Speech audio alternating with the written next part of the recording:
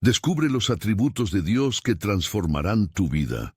¿Qué rasgos de Dios, entendidos con profundidad, pueden realmente cambiar la manera en que vives, decides, sufres y amas?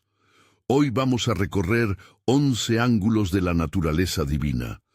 Atributos que, cuando los hacemos nuestros intelectualmente y los dejamos tocar el corazón, producen cambios concretos en la confianza, en la ética, en la esperanza y en la misión cotidiana. Antes de entrar en materia, una clave metodológica breve, pero decisiva. Los atributos se estudian en dos grandes familias. Por un lado están los atributos comunicables, aquellos rasgos de Dios que, en algún grado, pueden reflejarse en la criatura humana. Amor, justicia, misericordia, sabiduría. Por otro lado están los atributos incomunicables, rasgos que pertenecen exclusivamente a Dios, sin réplica plena en nosotros. Aseidad, inmutabilidad, infinitud. Esta distinción no es una división fría. Nos sirve para ver dónde Dios nos llama a participar y dónde nos invita a contemplar su misterio. Mantendremos además una regla de oro que evitará falsas contradicciones: la simplicidad divina. Dios no es una suma de partes que se contradicen, sus atributos son uno en su ser. Cuando parezca que la ira choca con el amor, o la soberanía con la responsabilidad humana, recordaremos que hablamos de un único Dios, cuya unidad explica la coherencia última. Si este tema te interesa, comparte este video con alguien que esté buscando respuestas profundas o guárdalo para leerlo con calma más tarde. Comencemos por los atributos comunicables, los que, en diferente medida, podemos aprender a encarnar porque reflejan la imagen que Dios formó en nosotros. 1. Amor, Esed. Más que un sentimiento, es alianza fiel. Referencia, Oseas, Salmo 136. ¿Qué significa decir que Dios es amor? No solo una ternura subjetiva, sino Esed, un amor covenantal, compasivo y perseverante. En la literatura del antiguo Israel, Esed alude a la fidelidad que mantiene una relación aun cuando la otra parte falla. Es el amor que hace pactos y los cumple. Es la misericordia que recuerda promesas. Exégesis. Consideremos brevemente el libro de Oseas. En ese texto, el profeta recibe la llamada de casarse con una mujer que lo traiciona. La historia se vuelve símbolo. La infidelidad de la esposa refleja la infidelidad de Israel, pero la respuesta de Dios es una búsqueda obstinada. En Oseas 3 hay una escena de rescate que remite a prácticas sociales antiguas, una suerte de subasta o rescate, donde el esposo recompone la relación no por utilidad, sino por pacto. Aquí el amor divino no es sentimentalismo, es compromiso público y restaurador. Del mismo modo, los salmos que repiten porque es eterna su misericordia, Salmo 136, insisten en la constancia, no en la efusión pasajera. Aplicación transformadora. ¿Cómo cambia esto tu vida? Primero, libera del miedo al rechazo definitivo. Si el amor de Dios se basa en alianza, entonces nuestras recaídas, nuestros fracasos morales o afectivos no son la cláusula final. Esto transforma la manera de perdonar. Quien ha experimentado Esed aprende a perdonar desde la firmeza, no desde la indiferencia. Segundo, cambia la prioridad ética. El amor covenantal responsabiliza ante los demás. No se trata solo de sentimientos privados, sino de fidelidad cotidiana en familia, trabajo y comunidad. Testimonios verosímiles. Piensa en Ana, que después de años de distancia con su hermano, decidió visitar la casa familiar y pedir perdón. Lo hizo sin expectativas dramáticas, lo hizo desde la convicción de que el perdón restaurador refleja el amor que Dios le mostró. O en Miguel, que en su empresa rechazó una oferta corrupta porque su compromiso con la justicia y la fidelidad eran más valiosos que la ganancia inmediata. Reflexión práctica. Pregúntate, ¿En qué relación he actuado con miedo a ser rechazado? Sugiero un ejercicio. Durante una semana, cuando surja la tentación de retirarte ante un conflicto, practica una palabra de fidelidad, una llamada, un gesto de reparación, un «estoy aquí». Observa cómo reacciona tu corazón. 2. Gracia. Favor inmerecido que rescata. Referencia, Lucas 23, 39, 43, Romanos 3, 5. La gracia no es simplemente el perdón después de una lista de esfuerzos, es favor que llega sin méritos.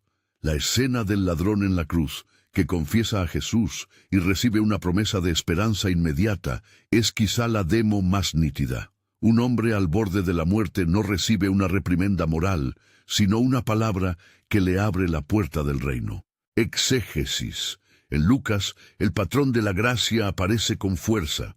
Jesús asocia el perdón con la acogida de los marginales, no con la recompensa de obras.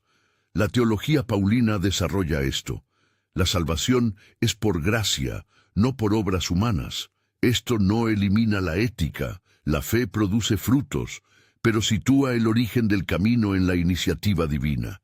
La gracia, además, es activa, rescata, transforma la situación del pecador en lugar de esperar que el pecador primero cambie completamente. Aplicación transformadora. Para quien se siente demasiado lejos, la gracia es consuelo que impulsa la acción. La experiencia real de que Dios ofrece favor inmerecido cambia la psicología del arrepentimiento. Ya no es teatro para merecer, sino respuesta a un regalo. En la práctica, esto libera de la autorreprobación paralizante y habilita nuevos comienzos, reconciliaciones, entregas creativas en el servicio, abandono del orgullo, testimonios verosímiles.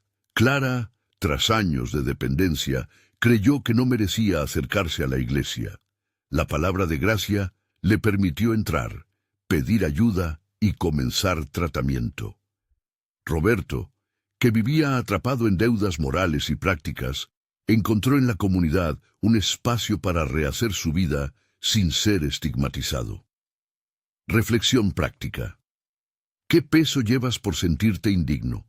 Un ejercicio. Escribe una carta, no para enviar, donde recibes la gracia que necesitas. Léela en un momento de silencio y observa qué cambia en tu corazón. 3. Santidad, Kadosh.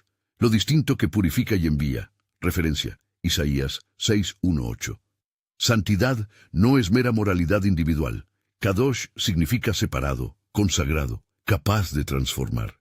La visión de Isaías en el templo lo muestra. Ante la majestad de Dios, el profeta es purificado y luego enviado. Exégesis. Isaías 6 describe una escena litúrgica, el trono, los serafines, la proclamación de la santidad divina. La reacción de Isaías es doble. Primero, reconocimiento de su impureza, ¡ay de mí! Luego, purificación mediante carbón del altar, y finalmente, una comisión. La lección es clave. La santidad de Dios no queda como un fin narcisista, sino que purifica para la misión.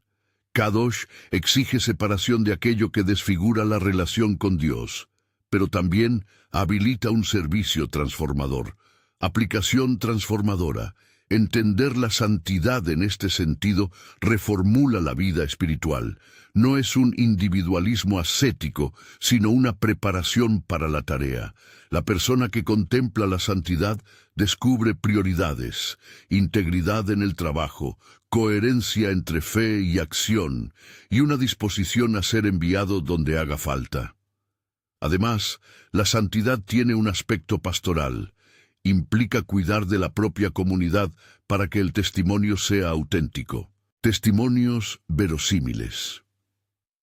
Laura, que trabajaba en administración pública, decidió negarse a prácticas clientelares y asumir consecuencias laborales porque su conciencia formaba parte de su identidad como creyente. Pablo, tras un proceso de arrepentimiento, encontró que su vida recuperó propósito cuando comenzó a servir en su vecindario. Reflexión práctica. ¿Qué costumbres necesitas apartar para estar disponible? Sugerencia.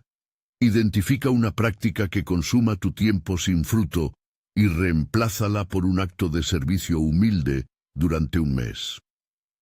4. Ira divina, dolor que pesa y actúa. Referencia: Génesis 6, Salmo 7. Hablar de la ira de Dios exige cuidado. No la presentaremos como un furor caprichoso ni como herramienta manipuladora. Más lúcidamente, la ira de Dios puede entenderse como la respuesta santa y dolorosa ante la violencia y la ruptura del orden creado. En Génesis 6, el texto describe una humanidad cuya violencia desborda, y frente a ello, la acción de Dios incluye juicio, pero también el inicio de un nuevo pacto. La ira está, por tanto, en relación con la justicia y la preservación del bien. Exégesis. Génesis 6 muestra el deterioro moral que provoca consecuencias colectivas. La acción divina que lleva al diluvio no es un capricho. En la narración se lee como medida que preserva la posibilidad de un mundo en que la justicia pueda reinstaurarse. Después del juicio viene la alianza. El arco iris simboliza una promesa que contempla futuro. Leer la ira a la luz del amor y la justicia cambia la perspectiva. La ira no anula la misericordia, sino que puede ser la expresión última del dolor divino por el daño hecho a la creación y a la vida humana. Aplicación transformadora. ¿Qué transforma esto en la vida cotidiana? Primero, ofrece una categoría para entender la indignación moral. No toda ira humana es justa, pero reconocer la dimensión enojada de Dios nos permite dirigir energía a reparar injusticias concretas, defender al oprimido, denunciar estructuras que dañan, sin caer en violencia.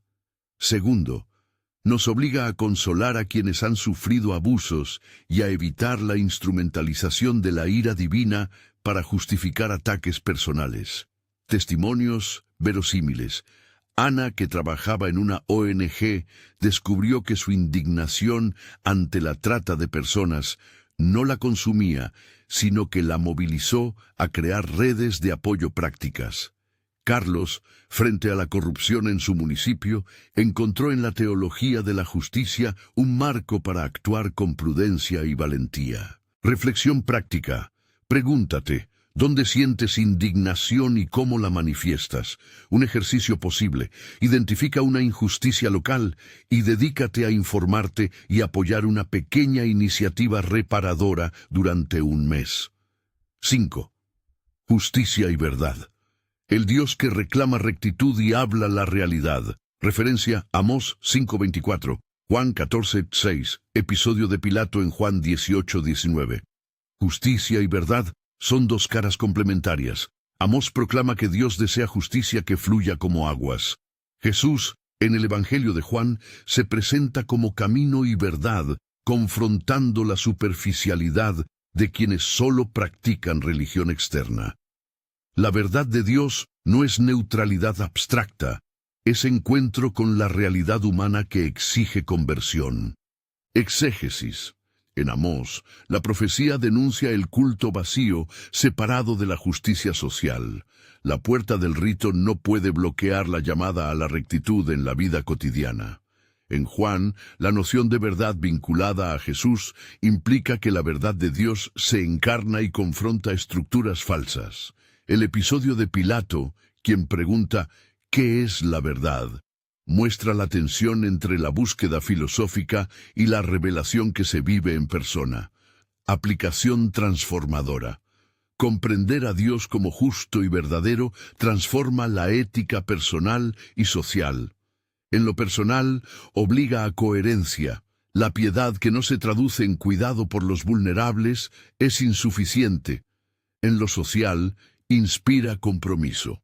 Defensa de los débiles, transparencia en la vida pública, rechazo a las prácticas que enmascaran explotación. Testimonios verosímiles. María, profesora, notó que su fe la llevaba a defender recursos para alumnos en riesgo, no solo a rezar. Jorge, empresario, implementó políticas laborales justas aun cuando suponían menor margen inmediato, convencido de que la verdad y la justicia sostienen comunidades sanas. Reflexión práctica. ¿Dónde falta verdad en tu vida comunitaria? Sugerencia. En la próxima reunión o grupo, plantea una conversación franca sobre prioridades y cómo se alimenta la justicia práctica. 6. Misericordia y paciencia, el Dios que aguarda arrepentimiento. Referencia, Lucas 15:11-32, Jonás 3. La misericordia se muestra en la parábola del hijo pródigo. El padre corre al encuentro, restaura y celebra. La paciencia de Dios se ve en la historia de Jonás. Dios prolonga la oportunidad de arrepentimiento para una ciudad entera, mucho más allá de la expectativa humana. Exégesis. En Lucas 15, la narrativa subraya la iniciativa del Padre y la escenificación pública del perdón. No se trata de una reconciliación silenciosa, sino de una restauración que repara dignidad. Jonás, por su parte, ilustra la tensión humana ante la misericordia. El profeta preferiría la condena, pero Dios prioriza la vida. La paciencia divina, lento para la ira, traduce una disposición a esperar, a ofrecer tiempo y puertas abiertas. Aplicación transformadora. Saber que Dios es paciente y misericordioso impacta la pastoral de la comunidad y la vida personal. Alienta a acoger a los que vuelven, a no abandonar a los que tropiezan y a trabajar por procesos de rehabilitación. Para la vida interior significa menos desesperación ante recaídas y más constancia en el acompañamiento espiritual a otros. Testimonios verosímiles. Sofía, voluntaria en un centro de rehabilitación, aprendió a no descartar a quienes recaen repetidamente. Con paciencia, muchos encontraron estabilidad. Andrés, alejado de la fe por años, encontró en la acogida de una iglesia una segunda oportunidad que cambió su familia. Reflexión práctica. Piensa en alguien a quien tiendes a descartar. Un ejercicio. Escribe un mensaje de ofrecimiento de apoyo, sin esperar respuesta inmediata. El simple acto de ofrecer ya prolonga la paciencia. 7. Fidelidad y bondad. Promesa que perdura en el tiempo. Referencia, Génesis 12:21, Salmo 23. La fidelidad divina se encarna en la promesa a Abraham. Dios promete y cumple a lo largo de generaciones. La bondad se canta en los Salmos. El Señor es mi pastor. La imagen insiste en una compañía que no abandona en medio del valle. Exégesis. En la tradición patriarcal, la fidelidad de Dios se manifiesta como cumplimiento de promesas a pesar de limitaciones humanas. El relato de Abraham y Sara muestra retrasos, dudas y, sin embargo, la perseverancia de la promesa. En los Salmos, la bondad de Dios aparece en términos de cuidado cotidiano, presencia en el sufrimiento, provisión y restauración. Aplicación transformadora. Esta dupla ofrece una brújula para la esperanza pese al tiempo. Para quienes esperan resultado, sanidad, reconciliación, dirección, la fidelidad enseña a creer en la fidelidad persistente de Dios, aun cuando el cumplimiento no sea inmediato. La bondad, por otro lado, nos ayuda a reconocer presencias divinas en los pequeños gestos cotidianos, acompañamiento, mesa compartida, consuelo en la noche. Testimonios verosímiles. Elena, que llevaba años esperando un hijo, encontró en la memoria de la fidelidad de Dios fortaleza para acompañar a amigas con dolor sin caer en amargura. Raúl, sobreviviente de una enfermedad grave, narró que la bondad en manos amigas fue signo palpable de que no estaba solo. Reflexión práctica. ¿Dónde pierdes la paciencia con las promesas demoradas? Ejercicio. Elabora una lista de pequeñas bondades recibidas durante la semana y entrégalas en una oración de agradecimiento. 8. Sabiduría y celo. Discernimiento más que información. Pasión por lo santo. Referencia. Primera Reyes 3, Juan 2. Sabiduría no es mera acumulación de datos. es la capacidad de aplicar el conocimiento para el bien y para la glorificación de Dios. El relato de Salomón pidiendo sabiduría ofrece la clave. Pidió entender y juzgar con justicia. El celo de Jesús en el templo muestra una pasión por la pureza del culto. No es enojo sin fundamento, sino defensa de la integridad de la relación con Dios. Exégesis. En 1 Reyes 3, la petición de Salomón centra la sabiduría en la equidad. Pide corazón para gobernar bien, y su ejemplo de juicio resalta discernimiento práctico. Juan 2 describe un Jesús que reordena el espacio del culto. El celo aquí es por la finalidad de la adoración contra su comercialización. Juntas, estas tradiciones reúnen sabiduría como virtud aplicada y celo como la energía que protege lo que es sagrado. Aplicación transformadora. La sabiduría transforma decisiones, desde elegir un trabajo hasta discernir prioridades familiares. El celo bien dirigido evita que la vida espiritual se difumine en hipocresía. Protege la adoración auténtica y la coherencia moral. En la práctica, esto significa cultivar hábitos de lectura, consulta sabia y comunidades que corrijan con amor. Testimonios verosímiles. Natalia, líder de un pequeño equipo, desarrolló una práctica semanal de momentos de sabiduría donde consultaban casos difíciles desde la ética cristiana. Alberto, movilizado por el celo pastoral, organizó un plan de formación para voluntarios que prevenía el agotamiento y el desgaste ético. Reflexión práctica. ¿En qué decisiones necesitas más sabiduría? Ejercicio. Busca un mentor o un texto clásico de la tradición y comprométete a consultarlo antes de tomar una decisión importante durante el próximo mes. Pequeña pausa reflexiva. Antes de continuar, hagamos un alto para recordar la regla que evita paradojas forzadas. Cuando hablamos del amor que perdona y de la ira que juzga, o de la soberanía y la responsabilidad humana, no estamos describiendo partes separadas que compiten dentro de Dios, sino diferentes manifestaciones de su único ser. Imaginen un diamante facetado. Cada faceta refleja la luz con un matiz distinto, pero todas pertenecen a la misma gema. Esta simplicidad divina no simplifica el misterio, lo sostiene permitiéndonos confiar que los atributos no se anulan entre sí, sino que conforman una armonía insondable. 9. Unificación práctica de los atributos comunicables. Hasta aquí hemos recorrido amor, gracia, santidad, ira, justicia, verdad, misericordia, paciencia, fidelidad, bondad, sabiduría y celo, cada uno con su referencia bíblica, su contexto y su llamamiento práctico. ¿Cómo operan juntos en la vida concreta? Piensen en una escena cotidiana. Una comunidad recibe a una persona que ha cometido un daño grave. El amor lleva a la acogida. La justicia impulsa límites necesarios. La sabiduría orienta los pasos de restauración. La paciencia sostiene el proceso. La santidad marca que el cambio no puede ser solo instrumental. La fidelidad promete acompañamiento en el tiempo. Así, la atención a un solo atributo sin los demás puede hundirnos en sentimentalismo o en rigorismo. La interrelación evita estremecimientos doctrinales y genera praxis equilibrada. Estudios de caso breves, verosímiles, para integrar lo aprendido. Caso A. Reconciliación familiar.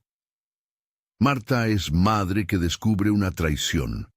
La comunidad, formada por creyentes que conocen el equilibrio de los atributos, ofrece acompañamiento, límites, justicia, oferta de perdón meditado, gracia, procesos de reparación, santidad y tiempo para reconstituir confianza, paciencia. Caso B. Empresa y corrupción. Un trabajador denuncia prácticas ilícitas. Su iglesia le brinda asesoría, sabiduría, apoyo moral, bondad y una plataforma para denunciar con prudencia pública, justicia. Caso C.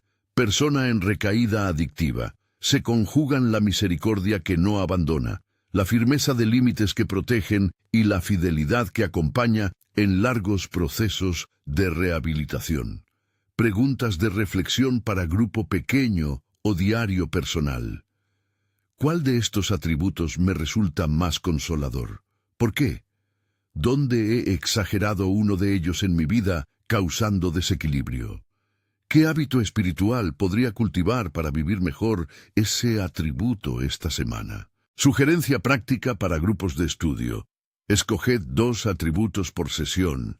Leed los pasajes sugeridos, compartid un testimonio y concretad una acción comunitaria que represente ese atributo durante el mes.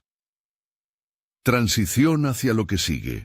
Hemos dedicado tiempo a los rasgos de Dios que podemos en cierta medida reflejar. Son llamados a transformación personal y comunitaria. Pero queda un terreno igualmente esencial, los atributos incomunicables. La manera en que Dios trasciende toda comparación y que implican para la confianza y la oración humana. Ahí se abren preguntas delicadas. ¿Cómo nos relacionamos con quien es autoexistente, inmutable y eterno? ¿Cómo nos sostienen la omnisciencia o la soberanía cuando enfrentamos tragedias personales? En la próxima parte entraremos en ese diálogo, explorando aseidad, simplicidad con mayor profundidad, y los atributos que, siendo exclusivos de Dios, definen la escala última de la esperanza cristiana. Mientras tanto, guarda lo vivido.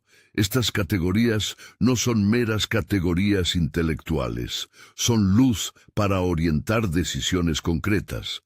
Antes de avanzar, toma un momento para anotar 3 maneras en que el conocimiento de estos atributos podría transformar una decisión que debes tomar en los próximos 30 días.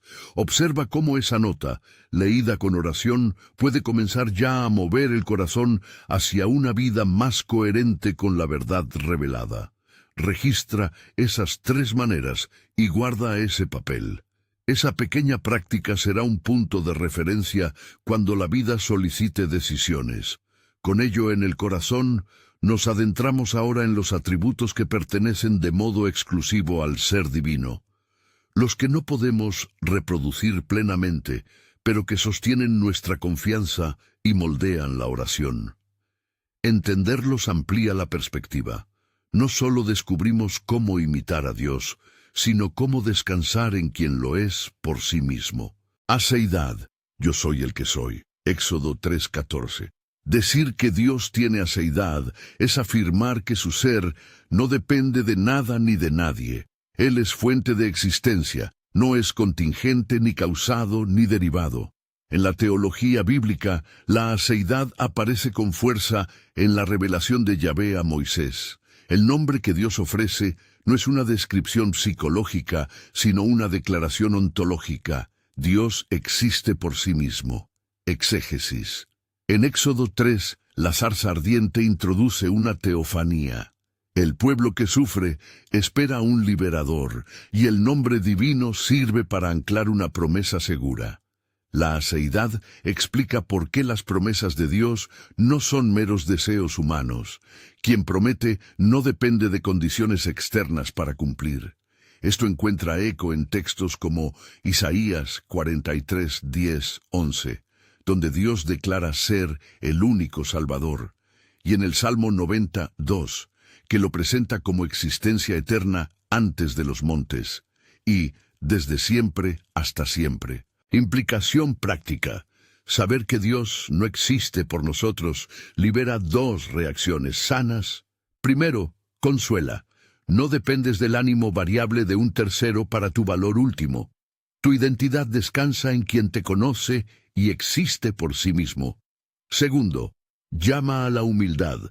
Si nuestra existencia no es fundamento último, la soberbia pierde su terreno. En decisiones cotidianas, la aseidad pesa contra el pánico existencial.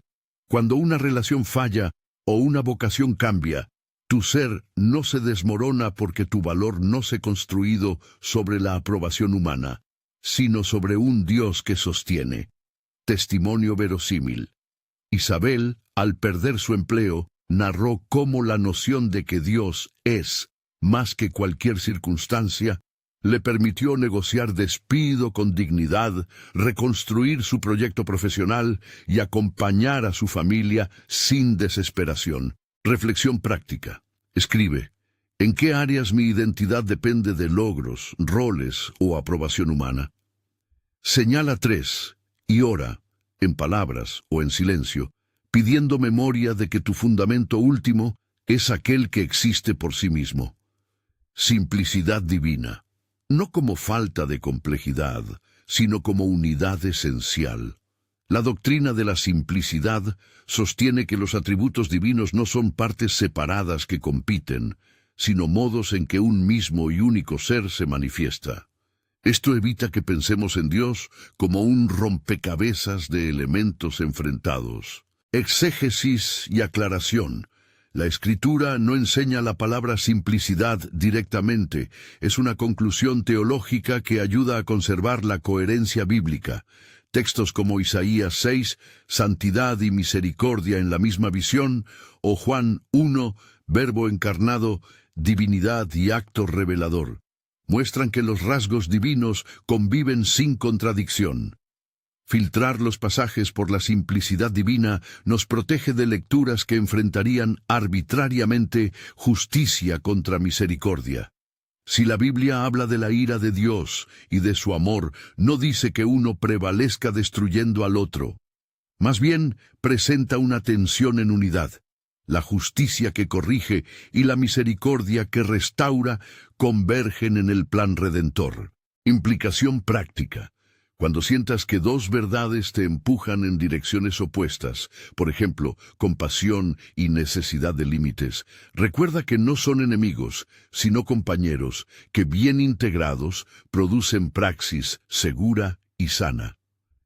En la vida pastoral y familiar esto se traduce en una ecuación práctica: amar sin blanquear daño, corregir sin anular dignidad, sostener límites sin renunciar a la esperanza. Ejercicio. Frente a una decisión moral compleja, escribe los elementos que exigen compasión, los que exigen justicia, y busca una vía que respete ambas. Pregunta al grupo o a un mentor: ¿cómo exhibimos la unidad de atributos aquí? Omnisciencia. Señor, tú me sondeas y me conoces. Salmo 139, 1:6, Hebreos 4:13. El conocimiento divino no es acumulación, sino una presencia de mirada que no se dispersa. Dios conoce nuestros pensamientos, nuestras caídas y nuestras posibilidades. Exégesis. El salmista describe la presencia que no puede ser evadeada. Antes que una palabra esté en mi lengua, he aquí, Señor, tú la sabes toda. Hebreos también recalca que nada está oculto a su vista. La omnisciencia bíblica no persigue voyeurismo, sino cuidado. Conocer cada detalle le permite obrar con justicia y misericordia. Además, en la narrativa redentora, la omnisciencia se vincula a la providencia. Saber lo que acontece no es distancia fría, sino palanca de intervención. Implicación práctica. Sentirse observado por un Dios omnisciente puede generar ansiedad si se entiende legalística y punitivamente, pero reinterpretado a la luz de la gracia y la soberanía es consuelo. Tu dolor no es invisible, tus anhelos no pasan inadvertidos y tus esfuerzos no quedan sin registro. Para la oración, la omnisciencia no anula su valor, más bien la hace profunda. Le hablamos a quien ya conoce, y esa conversación transforma a quien ora. En la ética, la certeza de que nada se pierde alienta la honestidad y la responsabilidad. Las pequeñas crueldades, los silencios cómplices y las decisiones perezosas cuentan. La corrección honesta se vuelve urgente. Testimonio verosímil. Marcos, que vivía con vergüenza por una adicción, halló en el relato del Salmo 139 la sensación de no ser invisible. Esa seguridad lo motivó a confesar a una comunidad de fe y comenzar un proceso de rehabilitación sin fingir. Reflexión práctica. Cuando te descubras escondiendo algo, vuelve a un pasaje, elige Salm 139 y léelo despacio. Pregunta, ¿qué revelación íntima necesito traer a la luz para que el cuidado de Dios pueda alcanzarme? Omnipresencia. ¿A dónde me iré de tu espíritu? Salmo 139, 7, 12, Jeremías 23, 23, 24. La omnipresencia no significa que Dios sea una presencia difusa sin particularidad.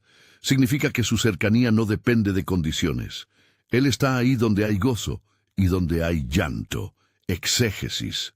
Jeremías interpreta la cercanía divina como una garantía de que nadie queda fuera del alcance de la misericordia y la justicia. En los Salmos aparece la idea reconfortante de que en las profundidades y en los cielos la mano de Dios nos alcanza. En los Evangelios, la promesa del Espíritu Santo, Juan 14:16, despliega esta presencia como mediación para el pueblo de Dios, cercana, formadora, consoladora. Implicación práctica. La omnipresencia alienta la oración en soledad y la confianza en compañía divina en el sufrimiento. Para quien sufre aislamiento, la certeza de que Dios está presente altera la soledad en compañía y permite pequeñas prácticas de resistencia. Hablar en voz alta con Dios, llevar un objeto de memoria sagrada, nombrar a Dios en la noche, en la vida pública, obliga a la integridad. Nuestras decisiones éticas se toman ante aquel que está en todas partes, y por tanto la transparencia es más que una cuestión de imagen. Es obediencia, testimonio verosímil. Sara, cuidadora de ancianos en una residencia, describió noches en las que la soledad atacaba a algunos residentes. Ella comenzó a enseñarles a recitar pequeñas promesas bíblicas y a reconocer la presencia de Dios en los gestos, lo que alivió la atmósfera emocional del lugar. Reflexión práctica. Camina conscientemente por tu casa o tu barrio y pronuncia en silencio, Señor, tú estás aquí. Observa qué cambia en tu atención y en tu disposición para el encuentro con otros. Omnipotencia. Aclaro la creación y extiendo los cielos. Génesis 1. Job 42, 1, 2. La omnipotencia divina es la capacidad de traer a ser lo que no es y de ordenar el caos. Sin embargo, la Escritura sitúa esta potencia al servicio del bien y de la redención. No es un poder arbitrario, sino un poder en coherencia con la naturaleza compasiva y justa de Dios. Exégesis. La narrativa de la creación presenta la palabra divina que llama a la existencia. En Job, la confrontación con la grandeza divina relativiza las perspectivas humanas. La omnipotencia no se exhibe como espectáculo, sino como fundamento de asombro que llama a la humildad. En los Evangelios, los milagros de Jesús muestran un poder que libera y restaura. La resurrección es la expresión culminante de esa potencia orientada a la vida. Implicación práctica. Confiar en la omnipotencia de Dios no significa esperar milagros automáticos, pero sí sostener la esperanza de que el orden puede ser restaurado y que la intervención divina opera, a veces a través de medios humanos y otras veces de forma directa, en la ruptura.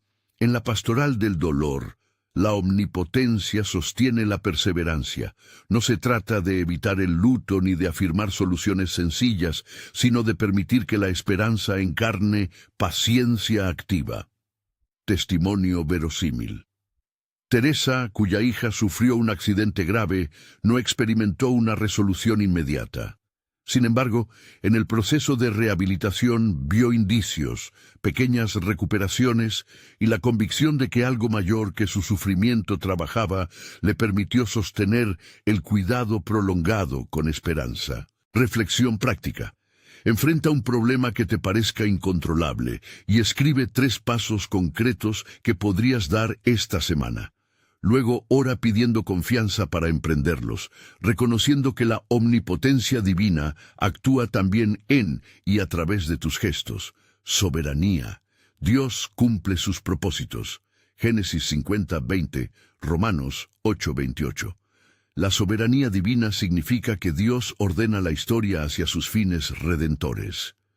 Joseph, que was betrayed by his brothers and ended up saving nations, famously said that what was meant for evil, God intended for good. Romans brings this cosmic scope into the theological center. Even suffering participates in the web of divine purpose. Exégesis. En la historia de José, los actos humanos, traición, injusticia, ambición, no desaparecen, pero la soberanía divina resignifies them. What men intended for harm was woven into God's redeeming plan. Paul's language in Romans articulates a teleological view. The suffering of creation and the trials of believers are under God's providential economy that moves toward ultimate reconciliation. Balance, teologico. Sovereignty must be held with human responsibility. The Bible affirms both. The danger is fatalism, to say everything is predetermined in a way that cancels ethical choice. Scripture refuses that. Genesis shows agents held accountable, prophets call for repentance, and Jesus summons response. Sovereignty calls us to trust without abdicating our moral agency. Implicación práctica. In life decisions, sovereignty frees from the illusion that everything depends solely on our control, but it does not remove the call to faithful action. It calms anxieties about outcomes while charging us with responsibility for the means. Pastoral application. Care for the suffering without resorting to simplistic explanations. Political action remains important because God's sovereign purposes often work through human obedience. Testimonio verosímil.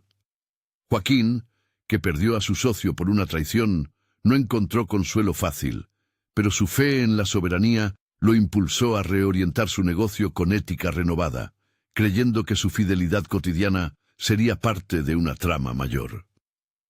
Reflexión práctica. En una situación que hoy te angustie por sus resultados, anota, ¿qué control real tengo?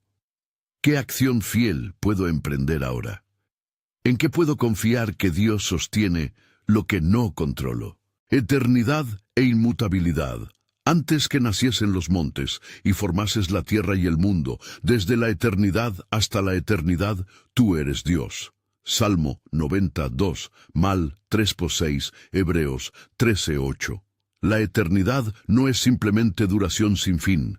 En términos bíblicos, supone una cualidad de ser que trasciende la sucesión temporal. La inmutabilidad indica que el carácter y las promesas de Dios no cambian con los vaivenes humanos.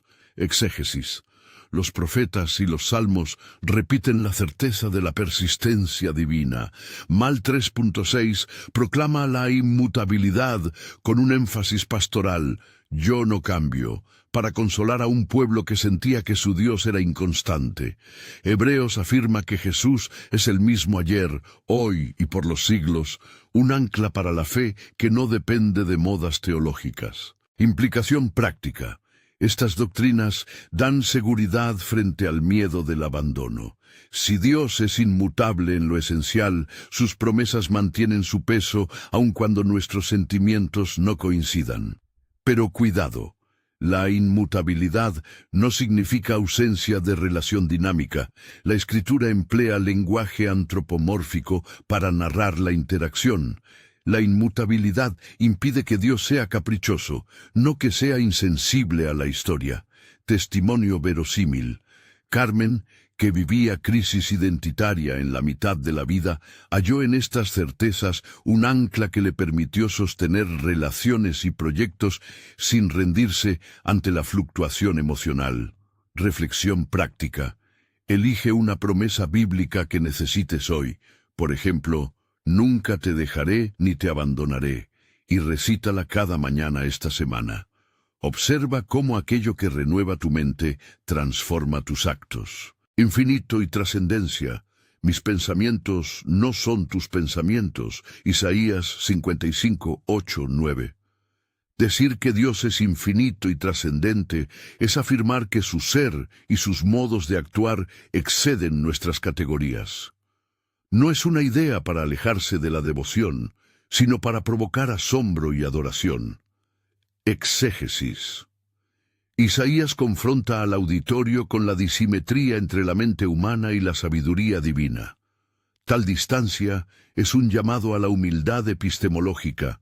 No podemos reducir la obra de Dios a comprensiones simplistas. Al mismo tiempo, la Escritura revela a un Dios que se acerca, la encarnación, sin dejar de ser trascendente. Implicación práctica. La trascendencia te protege de ingenuidades teológicas. Evita identidades religiosas que conviertan a Dios en un espejo de nuestros deseos. En la vida de oración, la confrontación con la trascendencia provoca reverencia y una actitud de aprendizaje. La humildad intelectual se convierte en virtud espiritual. Testimonio verosímil. Fernando, profesor universitario, cambió su modo de enseñar al reconocer que las preguntas teológicas complejas merecen humildad, no certezas rápidas. Se volvió un maestro que fomenta la búsqueda más que la imposición. Reflexión práctica. Frente a una convicción teológica rígida, pregúntate, ¿qué preguntas aún no he explorado? Comprométete a escuchar dos perspectivas distintas y evalúa con humildad. Encarnación. Y el Verbo se hizo carne. Juan 1:14. Filipenses 2:6-8. Aquí encontramos la tensión reconciliada. El Dios trascendente entra en la historia, toma finitud y comparte sufrimiento. La encarnación funciona como puente entre incomunicables y comunicables. El Dios que es inmutable y eterno se acerca para ser percibido, amado y servido. Exégesis. Juan presenta la encarnación como el acto definitivo de revelación. Dios no solo declara, sino que se hace visible y relacional. Filipenses 2 describe un descenso que culmina en la obediencia y la humillación de la cruz. La potencia divina se muestra en el servicio, la majestad en la entrega. Implicación práctica. La encarnación transforma la piedad. No es mera contemplación teórica, sino participación en la compasión divina. Si Dios se encarna, entonces tu acción en lo concreto, el pan compartido, la visita a quien sufre, la defensa del marginado, es un eco de esa presencia redentora. En la pastoral, la encarnación legitima la opción por los pobres y el acompañamiento en el luto. Testimonio verosímil. Lucía, trabajadora social, entendió su labor no solo como asistencia técnica, sino como una forma de cristología práctica. En cada gesto de cuidado descubría la proximidad del Verbo hecho carne. Reflexión práctica. Elige una acción semanal que lleve presencia. Una visita, una comida compartida, una llamada que no busque arreglar sino acompañar. Observa cómo la encarnación te forma para la compasión que perdura. Síntesis de los incomunicables y su impacto en la vida diaria. Cada uno de estos rasgos nos sitúa ante un Dios que no es una idea fría, sino una realidad que orienta la existencia. La aseidad nos funda. La simplicidad nos salva de contradicciones. La omnisciencia, omnipresencia y omnipotencia nos sostienen. La soberanía nos libera del pánico. La eternidad y la inmutabilidad aseguran promesas. La trascendencia nos enseña humildad. La encarnación nos llama a responder en el cuerpo y en la historia. Conocer estos rasgos no es un ejercicio académico. Transforma la manera de orar, decidir y acompañar. Preguntas frecuentes. ¿Qué? Respuestas claras y pastorales. ¿Por qué orar si Dios ya lo sabe todo? La oración no es información para Dios, sino relación y participación. Aun cuando Dios conoce nuestras necesidades, la oración nos transforma, nos hace conscientes, nos dispone al servicio, modela la voluntad. Jesús ora aún sabiendo su destino. Lucas 22:42, mostrando que la oración es comunión, sometimiento y medio que Dios usa para realizar su voluntad. Otras interpretaciones sostienen ideas más deterministas. La tradición bíblica, sin embargo, mantiene la tensión entre conocimiento divino y la dinámica relacional de la oración. Si Dios es soberano, ¿por qué existe el mal? Esta es la pregunta más difícil. La Escritura presenta realidades complejas: el pecado humano, la libertad y las consecuencias morales. Aún en la soberanía, Dios permite la historia humana para que la responsabilidad moral sea real. La narrativa de José, Génesis 50:20, muestra cómo Dios puede redimir acciones perversas para bien. No obstante, la existencia del mal trae dolor auténtico y no hay explicaciones simplistas que lo anulen. En muchos pasajes, Job, Lamentaciones, la Biblia ofrece lamentación y búsqueda de sentido más que respuestas técnicas. Si deseas una profundización, existen lecturas teológicas que exploran el problema del mal desde perspectivas diversas. En la comunidad de fe conviene acompañar el duelo con presencia, no con respuestas apresuradas. La ira de Dios significa que disfruta castigando. No, la Escritura vincula la ira divina al dolor por la ruptura del bien creado. Génesis 6 presenta juicio ante la violencia desatada. Sin embargo, el juicio se entreteje con la promesa de un pacto renovado. Ver la ira como puro placer devastador es una proyección humana incorrecta. La ira divina es expresión de santidad que pesa contra la injusticia y busca restaurar el orden moral. Si Dios no cambia, ¿por qué dice la Escritura que se arrepintió o que cambió de parecer? Por ejemplo, Ex 32:14, Jonás 3:10. La Biblia utiliza un lenguaje relacional para comunicar la interacción divina con la historia. Algunos teólogos distinguen entre la inmutabilidad esencial, Dios no cambia en su carácter o propósitos últimos, y la dinámica de respuesta en la economía redentora. Otras interpretaciones van más allá y sostienen que los pasajes expresan genuinos movimientos de Dios en la historia. La posición que aquí propongo es intermedia y pastoral: reconocer la estabilidad de Dios sin negar la forma relacional y sensible con la que la Escritura narra su acción. ¿Promueve la gracia la laxitud moral? La teología paulina responde con claridad: la gracia no es licencia para pecar, sino poder que transforma. Romanos 6 argumenta que la gracia produce nueva vida y no puede confundirse con indulgencia ética. En la práctica pastoral, esto significa proclamar la gracia y, simultáneamente, formar en discipulado para la vida santa. ¿Cómo conciliar la confianza en la omnipotencia con la necesidad de acción humana?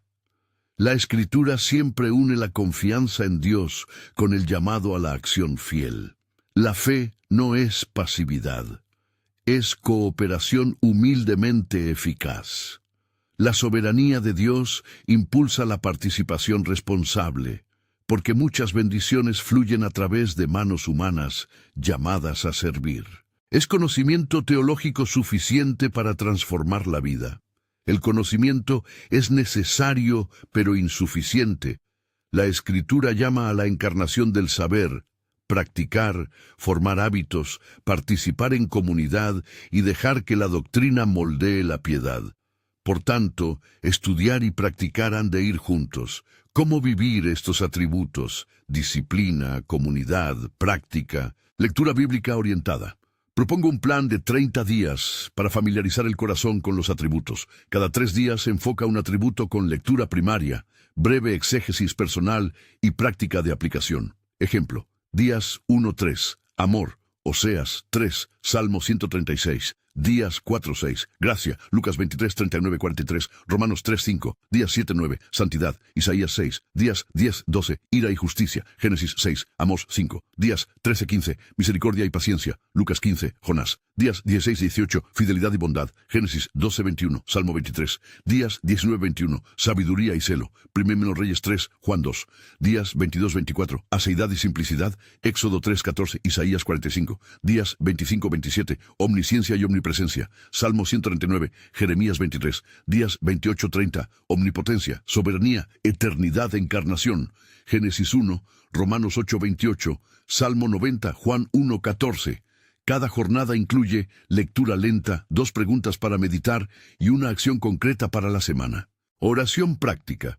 Estructura oracional que integra atributos. Comienza con adoración, reconocer aceidad y trascendencia. Confiesa santidad y arrepentimiento. Agradece fidelidad y bondad. Intercede misericordia y paciencia por otros. Entrega soberanía y confianza.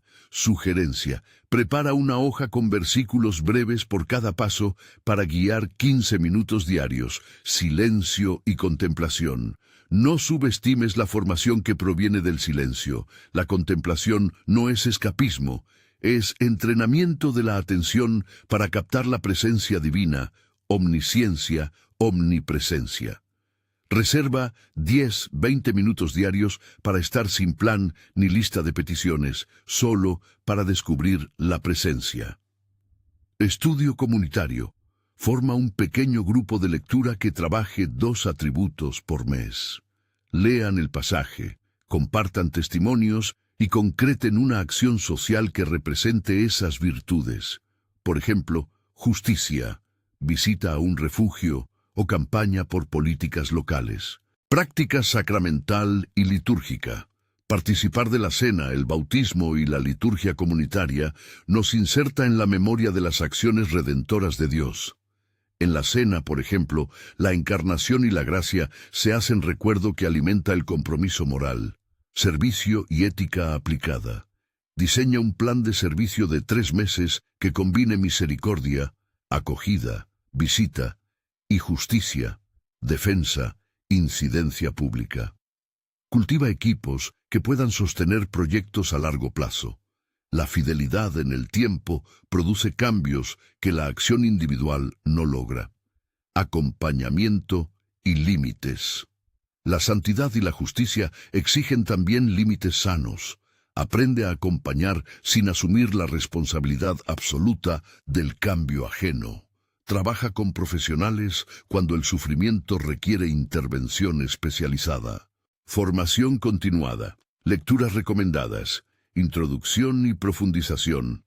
Para una aproximación accesible, busca comentarios expositivos sobre Isaías, Lucas y Romanos.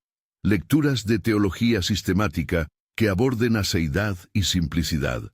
Sermones clásicos de figuras que han integrado doctrina y piedad. Entre los recursos prácticos, listas de reproducción de sermones expositivos sobre atributos de Dios. Libros de devoción que combinen exégesis y aplicación, y cursos en línea de teología básica. En la descripción del vídeo se incluirán enlaces sugeridos. Ejercicios prácticos para grupos o discipulado, corto plazo. Mes de la Misericordia. Durante 30 días, cada miembro hace una acción semanal de reconciliación o acompañamiento, SMS, visita, carta. Práctica de sabiduría. Antes de tomar decisiones económicas importantes, haber consultado al menos a 2 compañeros de fe y a una fuente bíblica. Semana de la Presencia, durante 7 noches, leer un salmo diferente antes de dormir y compartir en el grupo de WhatsApp una breve reflexión de impacto. Testimonios ilustrativos, breves. 1. Samuel, profesor de instituto, tras un escándalo laboral, decidió reconstruir su reputación con transparencia. Su experiencia de ser conocido por Dios, omnisciencia que socava la vergüenza, le permitió confesar, pagar lo que correspondía y trabajar por proyectos de integridad escolar. Con el tiempo, la confianza volvió en su entorno profesional. 2. Marta, que había perdido la fe tras una tragedia familiar, encontró en la encarnación la puerta para volver. La historia de un Dios que sufre con la humanidad le dio sentido para resistir la amargura. La comunidad le ofreció cuidado práctico y su vida se reorientó hacia el acompañamiento de otras personas en duelo. 3. Diego, activista en temas ambientales, articuló una campaña local inspirada en la justicia de Amós. no solo denunció, sino que propuso alternativas concretas de gestión de residuos. La acción combinó ira justa ante la destrucción y sabiduría táctica, y logró cambios municipales, recursos para profundizar, bibliografía y audio, bibliografía breve, comentarios expositivos sobre Isaías, Lucas y Romanos, manuales accesibles de doctrina sistemática, obras introductorias sobre espiritualidad cristiana. En la descripción se indicarán títulos concretos para lectura sugerida. Playlists sugeridas. Sermones expositivos sobre atributos de Dios. Series de formación bíblica sobre teología práctica. Lecturas dramatizadas de pasajes clave. Isaías 6, Lucas 15, Salmo 139. Cursos. Opciones de formación online en institutos teológicos de acceso público. Seminarios de pastoral de acompañamiento y ética social. Cerrando la experiencia formativa con aplicación concreta. La teología no es una disciplina desligada de las decisiones humanas. Cuando afirmamos, descubre los atributos de Dios que transformarán tu vida, estamos invitando a que el conocimiento moldee tus elecciones. Haz este plan de 30 días, incorpora una práctica semanal de servicio y encuentra 2 compañeros de fe que te pregunten por los pasos que estás dando. La transformación es un itinerario. No ocurre al instante, pero se hace visible cuando la memoria bíblica y la disciplina se encuentran. Una mirada pastoral final, acompañar al que duda, al que sufre, al que resiste. En la comunidad, la tarea no es imponer certezas, sino ofrecer presencia formativa. Escucha primero, proclama después. Para quienes han conocido abuso en nombre de Dios, la prioridad es cuidado y reparación. Para quienes dudan, acoger la pregunta es manifestación de amor. En todos los casos, los atributos de Dios constituyen recursos para el consuelo y el desafío. Consuelan cuando el dolor parece insuperable. Desafían cuando la cómoda religiosidad oculta la indiferencia social. Síntesis última. Hemos recorrido atributos comunicables que nos llaman a participar. Amor, gracia, santidad, justicia, misericordia, paciencia, fidelidad, bondad, sabiduría, celo, y atributos incomunicables que sostienen la esperanza y la oración. Aseidad, simplicidad, omnisciencia, omnipresencia, omnipotencia, soberanía, eternidad, inmutabilidad, infinito, trascendencia, culminando en la encarnación, que une trascendencia e inmediatez. Cada uno de estos ángulos ofrece una forma de ver el mundo que altera decisiones, relaciones y vocación. No son meros conceptos, son lentes que cambian el modo de responder ante la injusticia, el sufrimiento, la tentación y la llamada a servir. Cierre práctico y llamado a la acción. Ahora que has recorrido este mapa, te propongo un ejercicio que integre cabeza, corazón y manos. Elige un atributo que hoy te provoque oración y compromiso. Escríbelo. Elige un pasaje relacionado y una acción concreta para la semana. Compromételo con alguien que te pregunte al final de la semana por tu progreso. Si deseas continuar este camino, suscríbete al canal para recibir más guías como esta y consulta la descripción para materiales recomendados y una lista de lecturas que te ayudarán a profundizar. Comparte este video con alguien que esté en busca de respuestas teológicas que toquen la vida diaria. Que este conocimiento no sea solo acopio de datos, sino una fuerza que transforme tu confianza, tu ética y tu esperanza.